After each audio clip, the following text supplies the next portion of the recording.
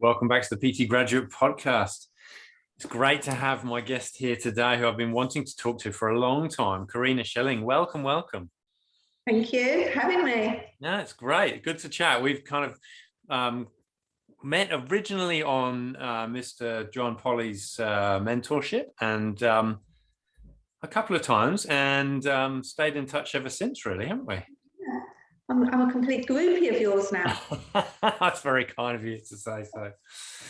And the reason I wanted to talk to you, and sort of have your experience and perspective is because you've got such an interesting business. I chatted to Dana Kahu a while back, and there's some similarities between so your business model and hers, some. And hers, and I'll tell you hers, so that you use the connect, move, and laugh as your sort of key pillars. And she uses connect, move, and play. And it's, and I was thinking about this yesterday, knowing that we were going to be chatting. I thought, I hadn't thought about this before. There's a lot of similarities. There's a lot of this, it's about people connecting not only with each other, but connecting with themselves. And I think we're going to probably have a chance to go into that in a bit of depth as we go through this chat. But give us a bit of background, Corrina, in terms of how you got into the industry, where your business is at, what you do, and so on. Okay, so I've been in the industry 15 years now, and I started off working in an all-women's gym, then went into working at the Christchurch City Council for 8 years. But at the same time as working there, I had my own little studio in Christchurch, and it worked really well, both of those together. But Yeah. back then I was more into more strength conditioning, athletes, and running, and that's what I did then. Yeah. Sadly, in 2016, my whole world changed when I lost my son in a terrible accident. Yeah. And so I lost myself and lost being coach, and that whole world sort of fit. And I had to sort of re-establish myself, and I moved to Wellington. Yeah. Just a little while, and I'm also a life coach, so I had lots of strategies and lots of things to help myself. But it took a little while, and I won't go. And then I met my friend Lisa, and we sort of set up a company that was.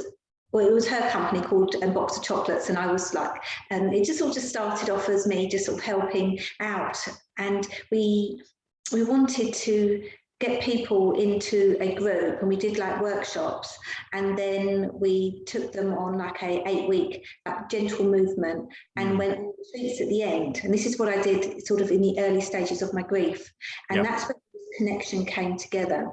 Right. I could see that people that were in grief and going through trauma, how this like movement and also materialized. And then about 3 years later, our program got a program of excellence for the and so that was really good, and it worked really, really well. But then the lockdown last time, both of us, we were going in different directions. We're still brilliant good friends, but then I decided that I was sort of hiding under her umbrella a little bit, and I think it was because I wasn't confident of being who I was. But just lockdown, I started to sort of get a bit more confident, and I started doing the next level stuff. And then I wanted to go out on my own, and that's where Connect, Move, Laugh came about. And it was the connection, the moving together, and the laughing is the key, really. Yeah. That's who I am now. That's powerful. So how did you put those things together? How did you kind of crystallize it into those 3 words? I think the mostly is the connection that I knew that when I was in my deep grief and very, very sad, I had the first thing I needed to do was the connection with others, and the hugs, the talking. So that was massive to me. Obviously, being a movement coach and exercise was what I knew. That's where the movement came into. And then through the next level, and I learned all about the mobility, I just realized how just that moving could just free up your body and your mind all at the same time. And then without a doubt, laughing is what lifts my mood. And I laugh every day about all sorts of things, but you've only got to have somebody together. I'm not sure if it's just me, but I'm sure everybody does. I just create laughter, and the sessions And so that's how it came. Yeah. That's awesome. And I saw on your website, you've summed those three up as a way, found your way through the trauma. So your journey has been a process of kind of finding the formula that worked for you, that you can then help with other clients. Do you find that you're attracting those sorts of people naturally, and they're the people that gravitate to you? Definitely. I think it's I think people trust me, and I think when I sort of talk about my story and give people hope, then people are like, oh, they want a little bit of that hope as well, and then together, like, because of the life coaching side as well, so it all sort of incorporates. So I do a little bit of everything, and so it depends on what people. So when people come now, where it used to be a personal training session and they would come regardless of how they felt, they would come and do their exercise. Now, if somebody walks through the door and you can just tell that they need to talk more, then we'll have a life coaching session. If they're feeling more unwell, then we might do the lymphatic, and I have my massage bed set up at home as well, or we do the movement. And I think this kind of mix match, I call it, it just brings people that if they don't feel like moving, then we don't have to. And I think people like it. Yeah, it's beautiful. It just, you've got a lovely array, I guess, a menu of options that will suit the right sort of person that's obviously gravitating towards you, and be able to provide enough choice or options on the day that they can still get some benefit from seeing you. And it may not necessarily be what they're expecting to walk in and do. Yeah, and quite often people say to me, sometimes I will let them know the day before, the morning, how are you feeling today? What kind of session would you like? And they say, well, we'll leave it up to you. You always know what to do. So sometimes half and half, we do maybe a half hour, a little bit of mobility. And then I have the bed already with the electric blanket on. And, it works so well. People leave like, Fantastic. You clearly got a strong intuition in terms of being able to read people as well, in terms of what state they're in when they come in. You may already have some warnings, sometimes you may not. You've obviously done that a number of times. Is that life experience, or is that session experience? What would you put that down to? Well, I've been trained as the New Zealand life coaching, which was intuitive coaching. So I think partly I've been taught intuitive, but I think it's also an inbuilt intuition that you have, and people believe in different things, but I sometimes can sense even before somebody's turned up what they're going to be like. But I think that goes into a different realm really. But I just have this kind of innate kind of feeling about things. Yeah, fascinating. Can you go into a bit more depth of the intuitive life coaching? How does that work? Or I don't know much about it. Yeah, so it's a lot to do with the way that you visualize things and how you can change your thoughts around something that's possibly negative into a positive. Right. So it's all about wording, but there's also, it's like questioning. So you question people slightly different to normal. So it might be for something like, I might say to you, what's your favourite cartoon character? Something like that. Okay. And you would say something, what you like. Tom and Jerry. And which one? Tom and Jerry. Tom and Jerry. And so then I would say, why do you like Tom and Jerry? And so you can go a little bit deeper. So it's just by saying that, that makes you quite fun, but you could have chosen somebody, I don't know, like a Prince Charming or something like that. And then sometimes those kind of questions take people off guard. Right. And depending on what I'm wanting for them to share with me, then it opens up a whole thing that some people will start finding out maybe that they really want to own their own company from a question just like that. And it just opens up, but because it's such a bizarre question, people are not thinking. They just rapidly say, and they don't really know, and then you start sort of saying, why do you like that? Do you like, are you I won't do it now, but are you Tom or are you Jerry? Yeah. and it sort of just opens up in a subconscious way, this kind of light questions. It works really well. Fascinating. It sounds like the question they're not expecting is almost a short circuit. It takes them out of their current state and sort of sends them off down a different path. Yeah, definitely. And then I do a lot of movement to breath and meditation as well. So on those kinds of sessions, depending on it's always different. It's never kind of set. And it might be that somebody's really quite anxious when they're talking, and so we'll just do some nice gentle breathing, and then I can take on a visualization, and it could be something like that they were thinking about going away, maybe on a weekend or something, and then I'll take on a visual of possibly of where they're going, and I don't know how it even works. I can almost picture, even though I've never been there before, and I can sense what they're thinking. It's really very deep, and they leave, and it's like it sort of happens. It sort of implants that this is going to happen, and then it does. And I'm not sure how it works, but it does. And it's very, very powerful because it gives people hope and the control. So they've already made the plan to go away for a weekend, or they've only thought about it? Thought about it, and it's something that they'd like to do, but they haven't done it yet. And it could be a job, or that's just an example. It could be it's something that they're wanting to do. But and it could be an interview, and then we would go down the line of an interview and getting them even what they're going to wear, picture like that kind of thing. So and kind of words that you're going to use, and the confidence, all those, it sort of goes into your subconscious, and then they feel more confident because it's almost like they've got this, I don't know, like an energy around them that they can then go ahead and do, because they can almost picture it. They can see themselves doing it. Yes. That sounds familiar with some of the NLP stuff I've just started doing, which is about well-formed outcomes. And it's not only about visualization, but it asks you to think about the different senses involved in having that experience. And it sounds there's some similarity there, because you're having to process it on multiple sensual levels. Interesting. Anything, and you can do it with food, anything really. Right.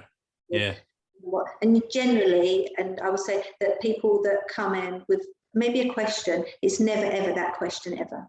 Never, whatever they come in with is never normally the problem. It's always something different. Really. So is it just about asking the right questions to find what it is? Yeah, and they sometimes don't even know what it is until they say it, and then it's like, right. Quite deep. It's like a subconscious thing. So then you've kind of sown the seed. If they've planned to, or they wanted to go away for a weekend or whatever it is, then it's more likely to happen, and it's more likely to come true in terms of them making that plan happen. And then I would be like an accountable person saying, let me know when you book that. Yes. And then they write back and say, I've booked it. Or they've gone, or they've put that phone call, or they've done what they've needed to do, or spoken to somebody. It could be many things. Okay. So there's that little bit of accountability that's quite important at the end there. That's it. And as I'm talking, I write it down as well in pictures, and then I will write it out to them as an action plan as well. So if it's something a bit more meaty, then they've got things to do. Then they have homework to do as well. Right. Especially if somebody's maybe on a 6-week kind of program, then you're working on all those things as well. And we go over them and have you done this? Same as if you was having somebody doing a new exercise mobility, same kind of thing really. That you're saying, have you reached your actions? How are you doing this? Because I think it won't work unless you're actually working hard. Absolutely. Yeah. I like it. And I've written I've taken a sentence from one of your testimonials, where science and sparkle meet. I love that. Yeah, I think that was to do with the lymphatic. Okay. So when they, you're thinking you're going to come for maybe something a bit sort of medical, I suppose, but it's not like that at all. We all do it differently. And so when somebody comes for a lymphatic experience, we've got like the essence burning, nice candles, and it's in the same room that they would also do their mobility. So they're a bit shocked. They come in, it's like, oh, and I wear a different uniform, and it's quite different. And because it is sort of the lymphatic is medical, obviously you're trying to clear the toxins, but because we do it, we're in a kind of massagey, like we've got meditation music. I think that's where they got that kind of that session. I see. Yeah, sort of like it. Yes. I like it. Well, because we make it fun. So instead of it being like a physio session where some people, they come with a bad hip, say, and it's not just like sitting there. Just it's more fun. We play games into it, and that's why. I like it. Yeah, I like it. Yeah, it's nice. Sounds like you've gone to a great lengths to make it a real experience rather than just a session, which most people would expect. So going above and beyond. Yeah, but the other reason that probably happens is because since my trauma, I don't work as many hours, and so I used to work silly hours. My diary used to be. And now I'm very much more mindful of my own energy. And so I feel now I can give more to other people because I don't work as many hours, and I would never do back-to-back now where I used to. Right. I make sure that I've got a good hour, if not longer, in between people. So I can give them that experience. Yes. So you're far more recharged when you start the session than you would be if you'd gone 4 hours back to back. Yeah. So I think that's as well, but that sort of suits me, it suits my clients, and I'm a much sort of more energized person for it. Yeah, I like that. That's such an important thing, isn't it, in terms of saying what our week should look like and balancing the income with the energy, because those are the two things we're kind of trading, aren't they? It's so easy to just trade energy for money, but the quality kind of slowly gets less and less and less as the week goes on, and people's experiences are different from a Monday to a Friday, potentially. Yeah, exactly. So I feel that I do definitely feel I'm a better coach now. I think I used to work I don't think I did a bad service. It's just that it was very, very different. It was very kind of exercise focused. Yeah. I didn't feel like I had to give as much energy, but now because I'm tuning into people more, I need my energy a bit more. Yeah, absolutely. So tell me more about that qualification with the life coaching. Is that something that took a while to work through? Is it a decent sort of amount of investment of time? It was an intense week of really long days. Oh, okay. We had to do, I can't remember how many, I think it was like 20, you had to have 20 client cases. Yeah. That kind of thing. But it's sort of like a bit like one of those ongoing ones as well. So you can just come back in again and do extra little courses. Sometimes they're free, sometimes you pay. Yeah. A lot of things like that. I don't think I've ever stopped, which is why I do mentoring programs really. Yes. I quite like I like to have a mentor. I don't think I've never had a mentor. I think I've always had one. Is that right? Yeah, and I think you grow from other people sort of helping you and supporting you as well. Yeah, absolutely. So has that been an accidental thing where you've kind of always had a mentor in your professional life? I think it started off when I first came out of college. It was in the first times, it was like a long time ago, when I think it was, I can't remember if it's the College of Fitness, then they went into a qualification. Yeah. This was the NZIF qualification. And I had a mentor then, and he was not a mentor, he was the course instructor. Yeah. And he was then starting off his own business. And I was probably one of the first people. And so he then became my mentor. So he was a college instructor, but then went out as a PT. Yeah. And I probably stayed with him for, 3 years. And I spent a lot on my learning. And so that's where I sort of, and then I sort of just joined other, and I had a life coach as well. Yeah. That long time ago. And that's how, and then I sort of got into life coaching. Yeah. And then from when I got to Wellington, I then had JP as a mentor. Yeah. And Corinne, and I class you as one of my mentors too. That's very kind of you. And it's important. And I think that I sort of, in my week, seeing you those 3 times, it sort of keeps me like really not like motivated, but keeps my mobility really good. And I think, and you need to put yourself on the top of the list. And so every week you're the first thing that goes on, 8 o'clock. And so then, but things get built around it. They're my non-negotiables. Sure. And you know, it's only if I'm away or you're away that it doesn't happen. You know, I make sure. And I think that's what people need to do as well. I think you're right. Yeah, it goes back to that ideal week again that you talked about with changing your session times and having more breaks and taking the time to actually plan that out. And as you say, it's that me time, isn't it? And it's not being selfish. It's about carving out the space that you need for yourself so that you do have that energy and that enthusiasm that is so important to give to your clients. It just starts my day off really well. You know, I might have worked even before then, and then I quickly come to the 8 o'clock. But I can't tell you, it really makes such a difference. And I feel, you know, I haven't got any injuries. Wow. And I used to always have like a bit of a backache. I used to have a bit of a knee niggle. But I'd say doing it regularly has made such a difference. Oh, I'm so glad to hear it. In fact, you mentioned that, and I haven't had one for a while now. Yeah.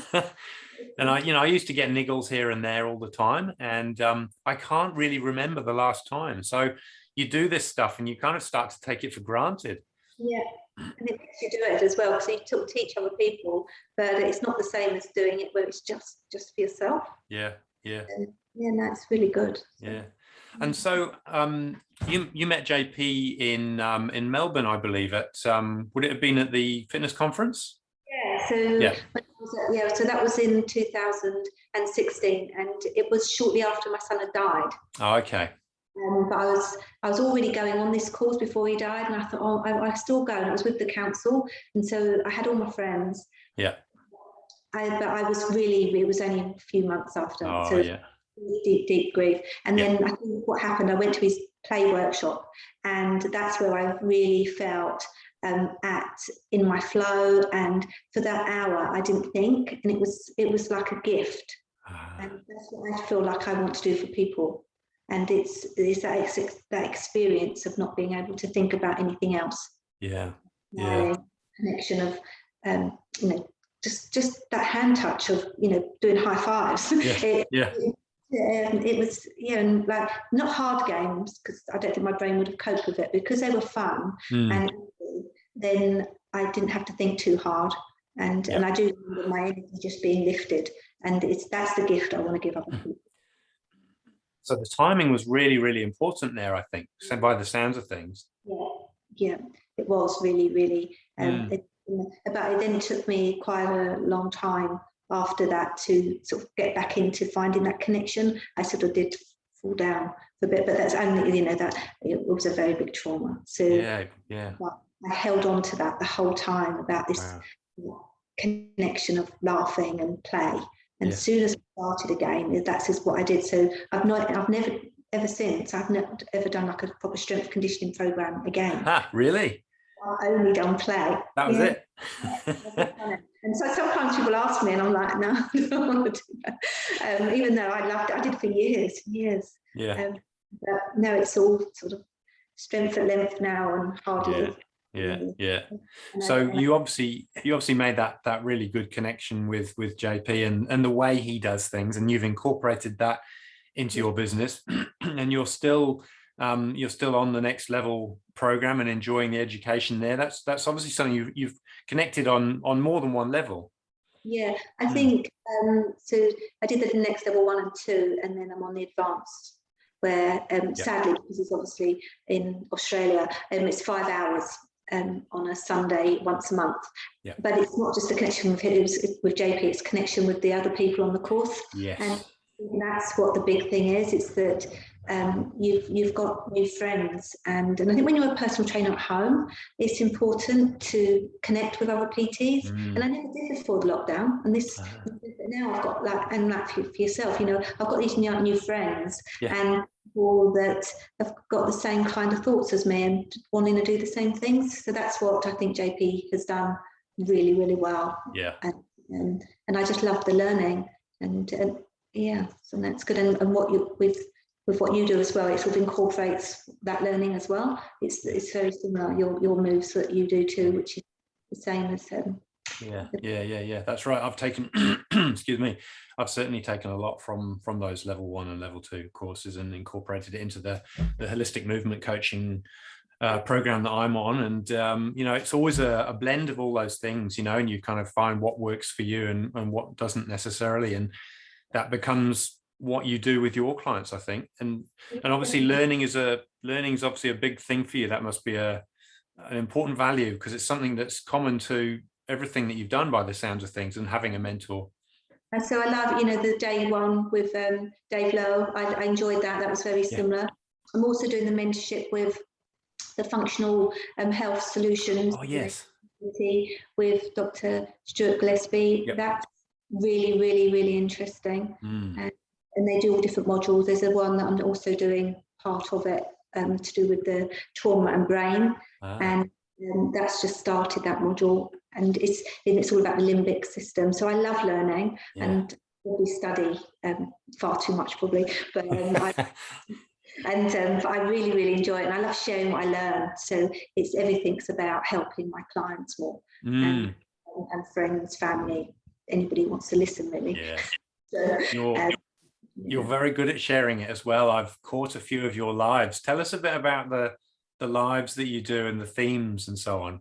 Yeah, so that was all a bit scary, to be honest. So when I started doing, because I started off doing videos and they just took so long, and I kept changing them and didn't put them up. So I thought I'll just go and sort of just and it's sort of just like, so I started doing Monday, and that's just Monday movement, and it's all sorts of things. And so people generally write to me, giving me a niggle or something, and then I'll move on that. That's how Mondays work, really. And if I haven't got anything, I just randomly move. And Wednesdays is all sort of life coaching and Wednesday wisdom. And again, it's people, once I started doing it, people then write to me with confident issues, self-esteem, and then I'll just go over what anybody's talking. And then Friday's more about inner health, and which is more to do with the functional medicines kind of side of things, and things about inner health, really. But what I'm finding is that they're getting a bit too long. I've got to try and find a way to make them a bit shorter, and that's why I'm going to think about doing a sleep workshop, so that I can go into a bit more detail with people with their actual problems, because they're not. I can't do it in 10 minutes on the live, and it's longer. People are just switching off, which is fair enough, because I don't like it if somebody talks for too long. Yeah, fair enough. Yeah. But I think on a workshop, on a Zoom, where you can have a bit more interaction, it might be, I'll keep people's attention a bit better. That's what I'm sort of working towards. That's good. And so are you getting much feedback on the lives with those? Yeah. I really like it. Yes, not so much. Well, at the beginning I got more, and it's so definitely the live coaching is the one where I've got most of my new business from, I would say, because I think people like the live coaching. The moves, I sort of got more people coming to the Sunday groups and things like that, so they sort of want to be part of the group and part of the laughter. So that sort of worked really well. But yeah, it's a hard one. I think it's people that they probably know what I'm going to talk about now, and so I think you can only talk about the same things a certain amount of time. So I've got to be a bit careful, because everybody wants to eat the same way and do the same. Eat a cake. Well, I think you've shared some superb tips, and I think some of the things that you've done are really good examples to people out there of a way of bringing a bunch of skill sets together and sort of delivering them in one package, or one way of I guess a solution from a business point of view. And you said you may have some book tips. I love getting book tips. I had a book tip the other day, which I usually add into the show notes, so that if people are going, oh, what was that? I didn't have a pen. They can go back and look at the show notes. So I'll get you to tell me what yours are, and I'll write them down as well. This one I've had for years and years, and I wish I'd taken more notice of it all those years ago. I don't think you probably see it. It's called, yes, I know it. Eat, Move and Be Healthy. You got that one, Paul? Check. I've got that one. Yeah, that is probably, yeah, when I look back now at those notes, I sort of think, oh God, I wish I'd just done that back then. Yeah. These books I'm sure people have got. So I really like the Exhausted to Energize, the Libby Weaver one. Oh, Libby, yes. I think I've read that one. Yeah. This one is a good book. Oh, I'll screech it. It's called The Reflections on Health. Reflections on Health. And it's by Brian Hale. And he's a chiropractor, kinesiologist. And his book is all about, you know, if you have aches in your body, it's attached to emotion. And it's a really good book. And he's actually based in Christchurch and has got a, you know, medical centre there. Okay. And yeah, so I think there are people here in Wellington as well that do it, but I actually go all the way to Christchurch back to see these particular people, and it's really good. They I'm not, again, it's one of those kinds of things that's all to do with energies, and they can do healing and things, but it works for me really well. And yeah, we've got to keep an open mind to that sort of stuff, haven't we? And then just something else, not a book, but something that I do quite often is I've got my gratitude diary. And I really recommend when you've got something that every day that you're writing about your how grateful you are every day about all the smallest things. In this particular one, it's got how much what you're doing for yourself, for self-love as well. So make sure you do something. Yeah. At the beginning of the week on the Monday, you set your intentions for the week. Yeah. And it's and at the beginning of the month as well. And so it just keeps you on track. Yeah. And keeping yourself really grateful keeps you in a very positive energy, especially as you go to bed. You're just sort of giving thanks for the day that you had. Yeah. And it's easy to forget.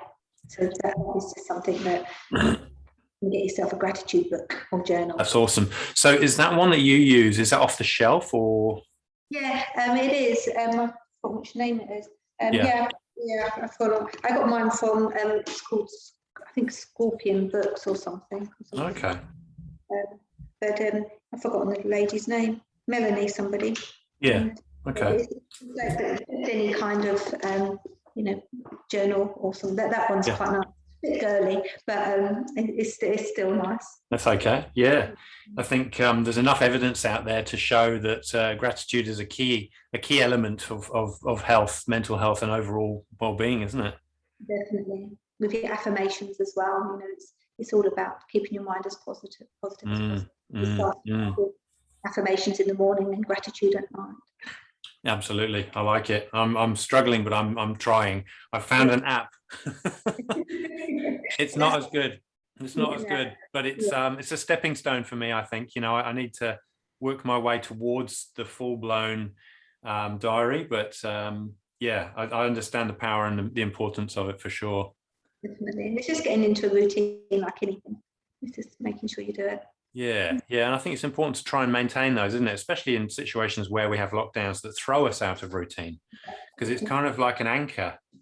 Yeah, and you just look for the small things that you're grateful for, whereas it can just pass you by if you don't. And you know, and sometimes I write the same things. You know, I really love the full moon. You know, and so every month it's written down. I'm grateful for the full moon. I'm grateful, you know, to be able to go outside. Yeah. So have you got into such a habit with it now that your brain is actually seeking those things out during the day, and you notice things you may not have noticed before? Yeah, definitely. Yeah. Right. And you do notice all the smaller things, and you see, like, you know, a butterfly, or you see like a little bee buzzing in the lavender. You sort of notice it, whereas before I'd have been rushing so fast to get to the next thing, the next appointment. I would have missed that. And and I like to, every time I see lavender, I just sort of pinch it a little bit, and and you'd think I'd get fed up of doing that because, you know, it's on my drive, but no, I don't. I sort of, just makes that whole kind of, I've got lavender. And you just don't really think about it. You just take it for granted. And whereas if you are grateful, then you do notice it. Yeah, that's beautiful. I love it. Well, thank you for those book recommendations. I wasn't expecting so many. It's fabulous. I'll scribble those down. So before we wrap up, any other tips? And I think you've given us a lot already, and I think that big one was having a mentor, having a coach that was with you along the way on each part of your journey, and connecting into people, you know, with groups if you're on your own, and things like that. But any others that sort of stand out for you that you think, oh yeah, there's a gem? I definitely think it's the affirmations. I think if somebody was to ask me in my deepest grief what saved me the most, I would say it was waking up with that I am strong, I can do that, all those kinds of words. And so if anybody's feeling down, you need to grab hold of some. You don't need many, you just need maybe 2 or 3 that you write them down, have them by your bed, because you need them in the morning, because that's usually, if you're in a kind of dark place, waking up to the day can be really difficult. And so you just something. So having something visual, even if you make it yourself, like some little pictures around you. I think I had I choose happiness, and I still got that now. Fantastic. Because when you're so sad, you have to dig deep for happiness. And so it's pink, and I love it. It's got white writing on it, and, because you have to be reminded if you're sad. And over time, you retrain your mind. And it doesn't mean you're just sort of dismissive of your sadness, but it's that you're wanting your day to be good. You want to be living for the living and helping as many people as possible. And if you go with that, if you wake up like that, you almost bounce out of bed. It's very, very powerful. But anything, I would say, get everybody should have, even if you're feeling great. You know, having some, you know, something around there to help. That's fantastic. That's great. And I think that can apply to any parts of our lives, can't it? It's not just a personal thing or a business thing, but it can be a combination of those two, as well as you know, potentially getting over grief or trauma or whatever it may be. But it's a good way of, like I said, sort of having an anchor, isn't it? And sticking to a routine that's positive and it's shifting you in the right direction. And you can just have it once. So say you were having troubles with opening the fridge and grazing or something like that. Have something on your fridge and I'm not hungry or something like that. Just to remind you that it's a real bad habit. But people, and just having something like that, it makes you laugh as well. You just have little notes around the house. Good idea. That's a good idea. Are you really hungry? Do you need a glass of water? And have an arrow pointing to the sink or something. So it's just things like that. It's just like triggers, visuals. I'm very visual, so that's the kind of thing I need. But it could be, you know, you have to ring a bell or something like that. Yeah. Find what works for you and your brain. Exactly. Awesome. I think we've covered a lot. I didn't look at the clock once, and I realized that we've been going for nearly 40 minutes. So I haven't got my glasses on, so I can't see. All good. I want to thank you so much for your for being so open and for sharing so much. And I think, you know, people will get a really large amount of value from some of the wisdom that you shared. So I really appreciate it. Thank you so much. Thank you, and I'll see you tomorrow. You will. Thanks, Corrina. Bye.